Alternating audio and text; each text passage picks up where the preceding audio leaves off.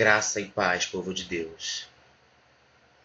Venho aqui nesse instante para trazer até você e até aonde a internet puder levar a ministração da palavra de Deus.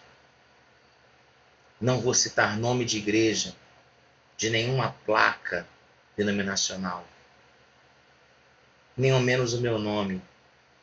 Sou apenas um humilde servo, pregador da palavra do Senhor. E que Deus possa estar abençoando você que está começando a assistir, em nome de Jesus. Convido você a abrir a sua Bíblia no livro de Isaías, capítulo 53.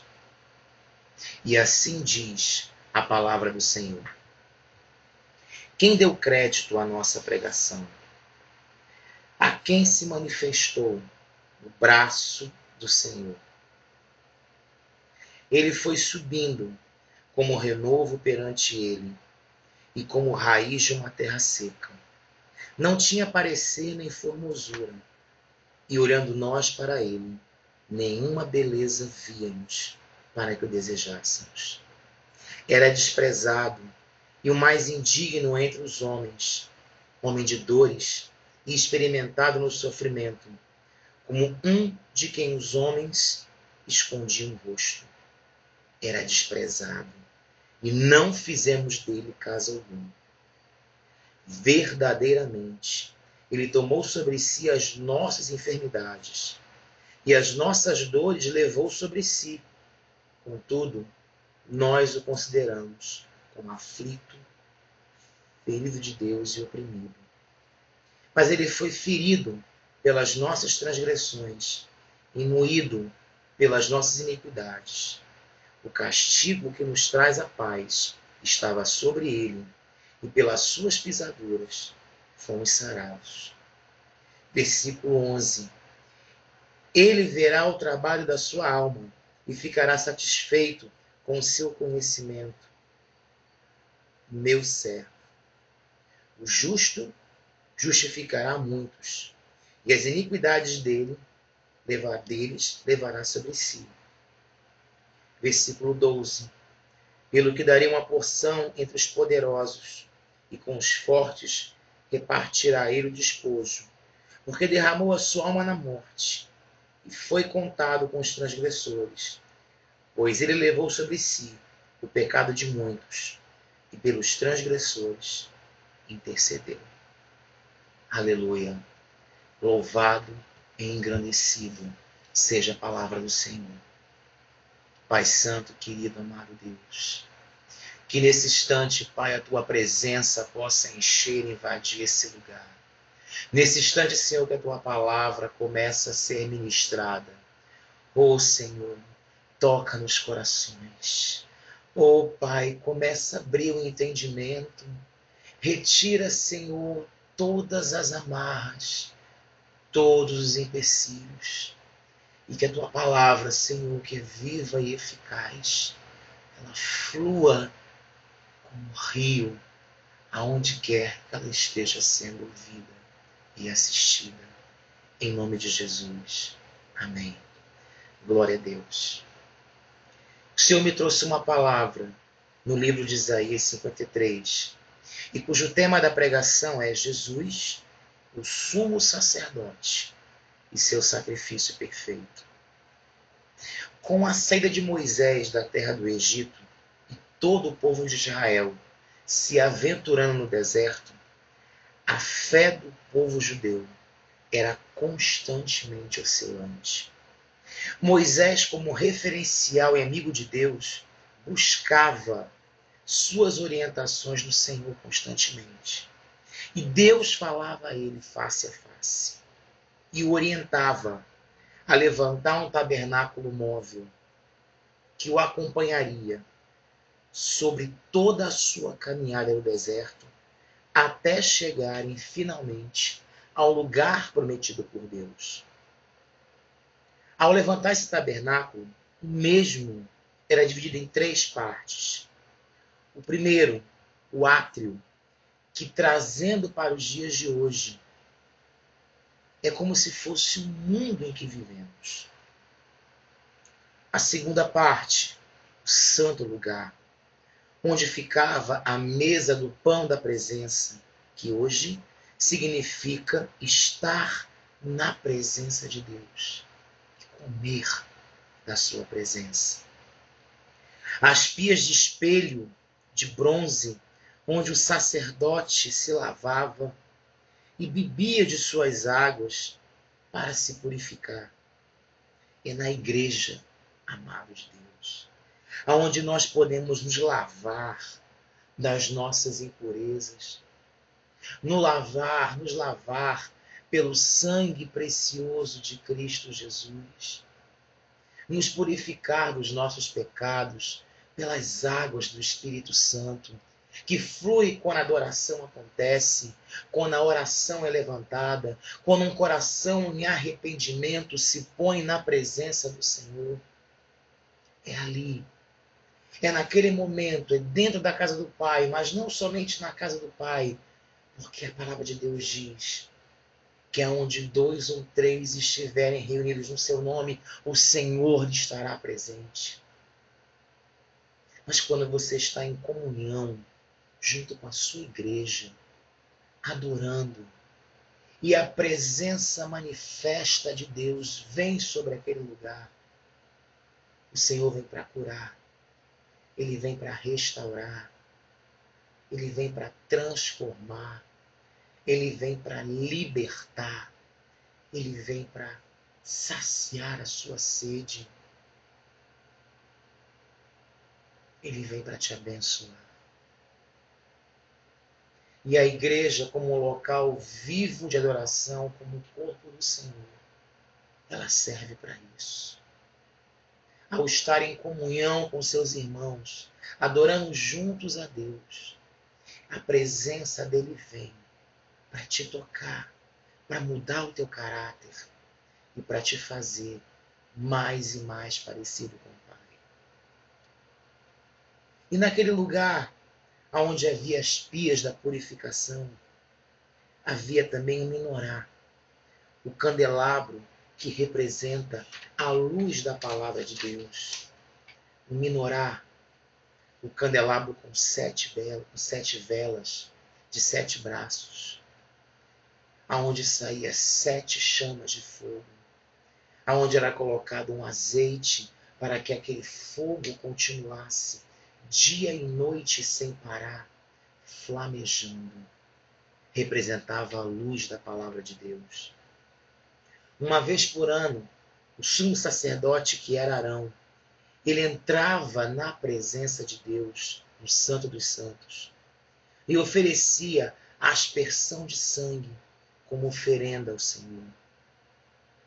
Nas suas vestes havia guizos, pequenos sininhos, nos pés, na orla do seu vestido, e uma corda era amarrada na sua cintura.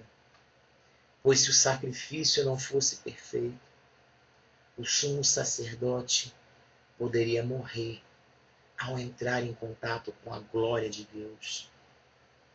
E precisava ser puxado para fora, porque aquele que tentasse entrar para retirá-lo de lá, morreria também. Tamanha era a glória de Deus. O que eu acho mais incrível, amados, é que o Senhor é tão santo, é tão puro, Ele é tão bondoso. A sua bondade, a sua misericórdia duram para sempre. Que há um menor resquício de pecado em nós. Não porque Ele queira, porque Ele faça. Mas a presença dEle é tão pura, é tão santa, é tão magnífica, que sem Jesus, nós não suportaríamos a presença dEle. Morreríamos mediante a gloriosa, majestosa bondade e o amor de Deus para conosco. Por isso que os sacerdotes tinham essa corda amarrada na cintura, Porque caso houvesse algum resquício de pecado, o sacrifício não fosse aceito, ele teria que ser puxado para fora. O corpo dele ser puxado. Ninguém poderia entrar lá para ajudá-lo. Mas glória a Deus por isso. Porque Jesus, ele se colocou diante de Deus para morrer por nós no sacrifício da cruz. Para que pudéssemos, através dele, que é o novo e vivo caminho, ter acesso ao Pai. Quando o Senhor nos olha, ele não olha diretamente para a nossa face, para os nossos erros, mas ele olha o sangue de Cristo Jesus, que nos lavou e que nos comprou. Ele nos olha através desse sangue. E a sua misericórdia dura para sempre sobre nós. Aleluia, glória a Deus. Enfim, o sumo sacerdote carregava consigo seu sacrifício em nome de toda a nação de Israel. Acredito que um grande silêncio, uma grande expectativa tomava conta de toda a nação. Será que o Senhor aceitaria o sacrifício e concederia mais um ano de perdão à nação de Israel pelos seus pecados? Porque era dessa forma que era feito, meus queridos.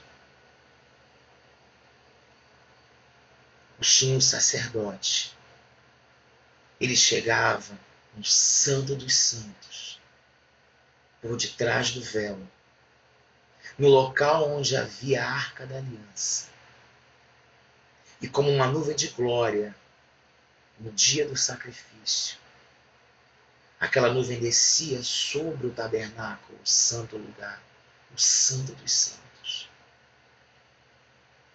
E todas as oferendas de uma nação inteira era representada através do sumo sacerdote, com a aspersão do sangue, que era colocado nos 4 cantos do local onde estava a Arca da Aliança.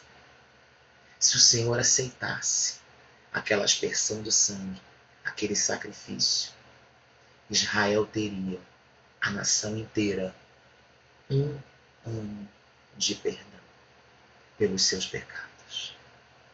Oh, aleluia! Louvado e engrandecido o nome do Senhor Jesus.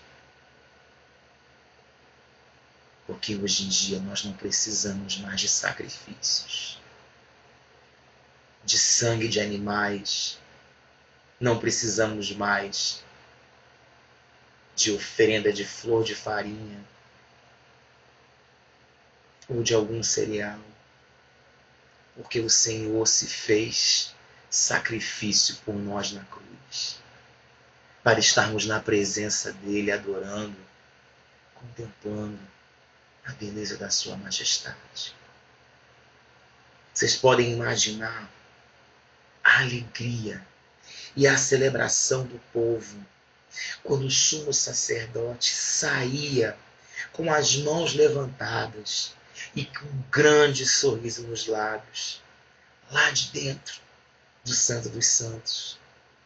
Regozijo, gozo, alegria tomavam conta da nação de Israel, aleluia. Porém, os anos se passaram e o sacrifício e o pecado começaram a se tornar banais. E o temor do Senhor diminuía cada vez mais no coração dos judeus. Não havia um justo sequer que agradasse o coração de Deus. Grandes heróis foram levantados, como Sansão, mas ele falhou. Reis como Saul, mas ele também falhou. A humanidade caminhava a passos largos para o inferno. Deus enviou fogo dos céus para dizimar cidades pecadoras, abriu comportas do céu e inundou, aniquilando uma geração corrompida. Porém, não adiantou. Até que no céu, no trono de Deus, Aleluia. O Filho de Deus resolveu se despir da sua glória, da sua majestade, e resgatar e realinhar com o Senhor aquilo que o pecado destruiu, a comunhão do homem com Deus. Eu convido você a abrir o seu livro, a sua Bíblia, no Evangelho de João, capítulo 1, versículo 1. Aleluia. Assim diz a palavra do Senhor. No princípio era o Verbo, e o Verbo estava com Deus, e o Verbo era Deus. E ele estava no princípio com Deus. Todas as coisas foram feitas por meio dele, e sem ele, nada do que foi feito se fez. Nele estava a vida, e a vida era a luz dos homens. A luz resplandece nas trevas, e as trevas não prevalecem sobre ela. Houve um homem enviado de Deus, cujo nome era João. Este veio ao mundo como testemunha, para testificar a respeito da luz, a fim de que todos crescem por meio dele. Ele não era luz, mas veio para testificar a luz. A luz verdadeira, que ilumina todos os homens, estava vindo ao mundo. Estava no mundo. O mundo foi feito por meio dele, mas o mundo não o conheceu. Veio para o que era seu, mas os seus não o receberam. Mas a todos os que receberam, aqueles que creram em seu nome, deu-lhes o poder de serem feitos filhos de Deus. Filhos nascidos não do sangue, nem da vontade da carne, nem da vontade do homem, mas de Deus. E o Verbo se fez carne e habitou entre nós. Vimos a sua glória, aleluia, a glória como do unigênito do Pai, cheio da graça e da verdade. Louvado e engrandecido seja o nome do Senhor. E o mesmo menino crescia em estatura e em graça. Seu ministério, seus ensinamentos, seu amor pelos perdidos, sua compaixão pelos pecadores, sua rejeição pelo pecado, faria dele um referencial a uma sociedade em frieza espiritual. Suas palavras e seus sentimentos, seus ensinamentos tocavam fundo os corações. Em Mateus 22, do 36 ao 40 diz: Mestre, qual é o grande mandamento da lei? Respondeu-lhe Jesus: Amarás o Senhor teu Deus de todo o coração, de toda a tua alma, de todo o teu entendimento. Este é o primeiro grande mandamento. O segundo, semelhante a este, é: amarás o teu próximo como a ti mesmo. Destes dois mandamentos depende toda a lei e os profetas. Aleluia. Suas pregações convertiam corações de pedra em corações de carne aos milhares. Seus milagres percorriam por todas as cidades e seu ministério crescia em estatura e graça. Esse era Jesus, Filho de Deus, Verbo que se fez carne. Em toda a história da humanidade, nunca houve e nunca haverá um como Jesus, pois o seu domínio é eterno, aleluia. O seu reino não tem fim, a sua glória é para todo sempre. Contudo, mesmo sendo Deus, ele também era homem. Isaías 53, versículo 3 diz: ele foi desprezado e o mais indigno entre os homens, homens de dores e experimentado no sofrimento. Jesus sabia e veio habitar na terra dos viventes para que as escrituras proféticas fossem cumpridas. Em Isaías 53:7 diz: como cordeiro foi levado ao matadouro, e o seu coração divino estremeceu, aleluia. Marcos 14:34 diz: e Jesus lhe disse: a minha alma está profundamente triste até a morte, ficai aqui e vigiai. Ah, meu querido, Jesus estava sozinho. Naquele momento em que antecedia as poucas horas que ele seria levado à cruz do Calvário, Jesus sabia o que ia acontecer com ele. Ele veio para isso. Ele não foi pego de surpresa. Mas mesmo assim, enquanto o lado divino dele sabia o que ele tinha que atravessar, o que ele tinha que passar, para que hoje eu e você pudéssemos adorá-lo em liberdade, adorá-lo em santidade, adorá-lo em espírito e em verdade, o lado homem, o lado humano dele estava amargurado, estava entristecido. Diz aqui: a minha alma está profundamente triste até a morte. Jesus estava triste. Ele fala com seus discípulos: ficai e vigiai, ficai aqui. Jesus estava sozinho. Por 3 vezes ele retornou aos discípulos e os encontrou adormecidos. Quantas vezes tu tens estado só? Quantas vezes você passa por situações e diz assim: eu estou sozinho, não tem ninguém para me ajudar? Quantos já se levantaram na igreja contra o teu ministério? Quantos já levantaram até falsos dentro da igreja, no seu trabalho, a seu respeito? Se você olhou para um lado, olhou para o outro e falou assim: eu estou sozinho, não tem ninguém por mim. É, meu querido. Era Jesus e Deus. É você e Deus. Existem momentos em nossa vida em que realmente nós estamos sós. Parabéns. Bem-vindo ao Clube de Jesus. Ele também esteve só. Você não é o único privilegiado a estar sozinho, não. A sofrer sozinho, não. Porque o Senhor que morreu por ti, antes de ser prego naquela cruz, ele também sofreu sozinho.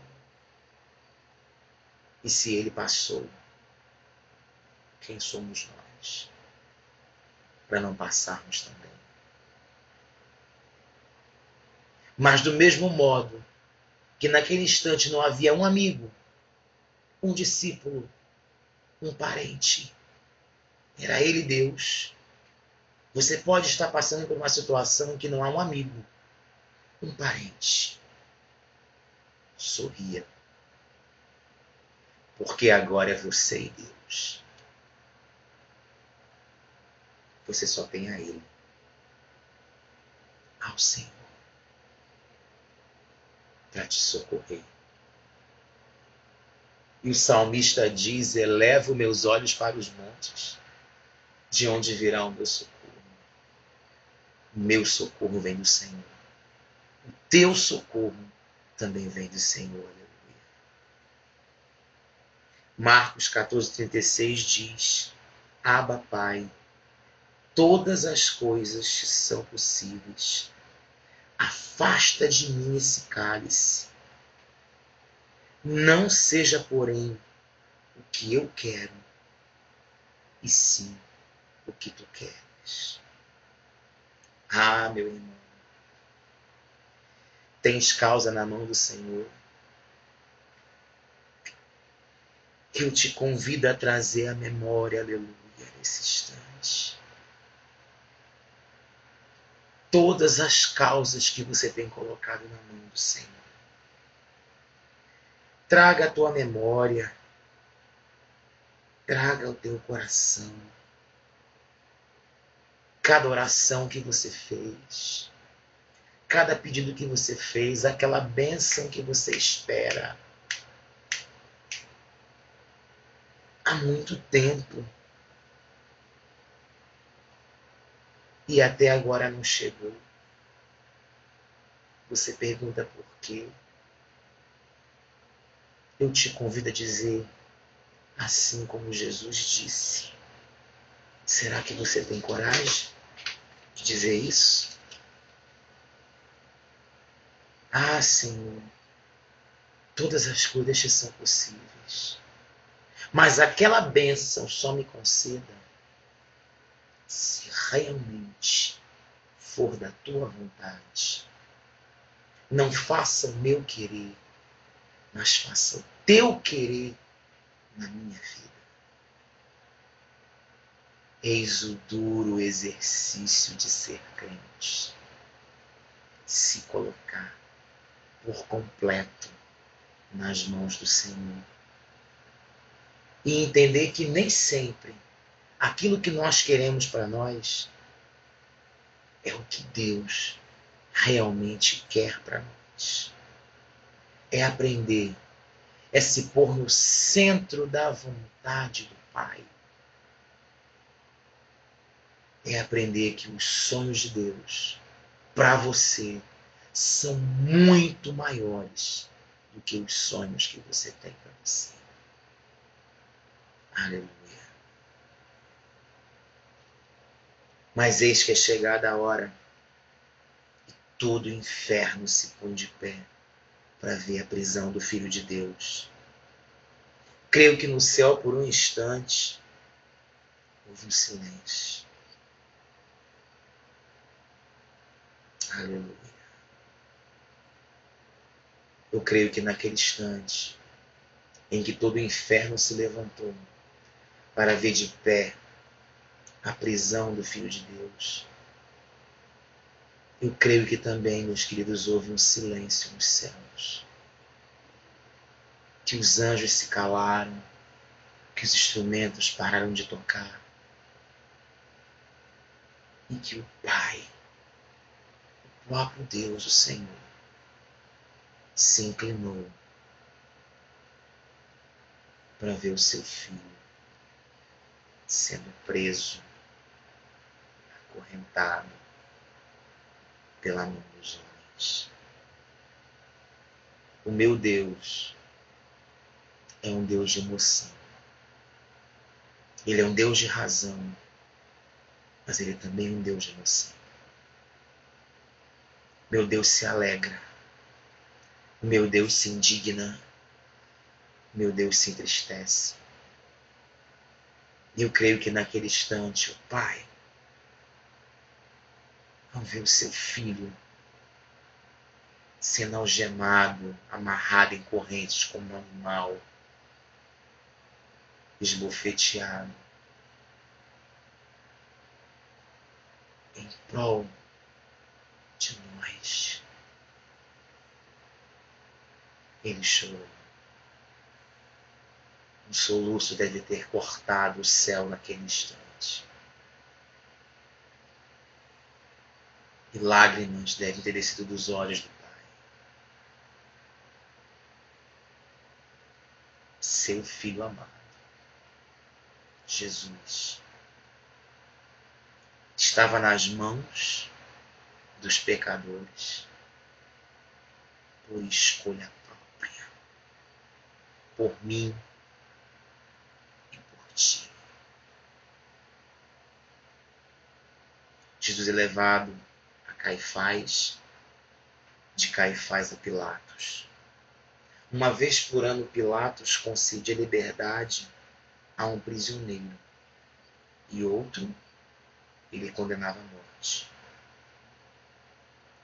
Lembra que uma vez por ano o sumo sacerdote fazia um sacrifício matando um animal? Entre Barrabás, um preso político, Jesus, a multidão ensandecida escolhe que Jesus deve morrer.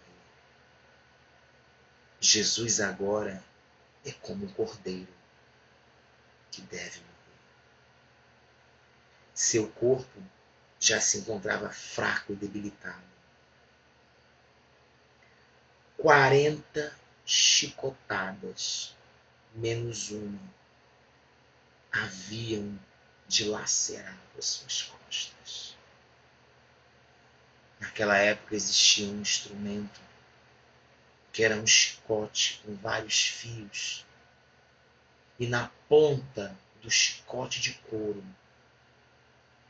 de cada fio de couro, haviam pedacinhos de ossos de carneiro afiados como lâmina.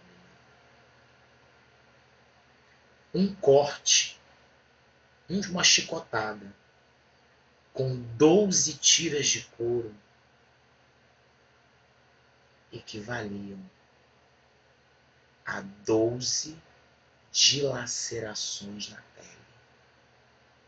Apenas uma chicotada. E pelos meus cálculos,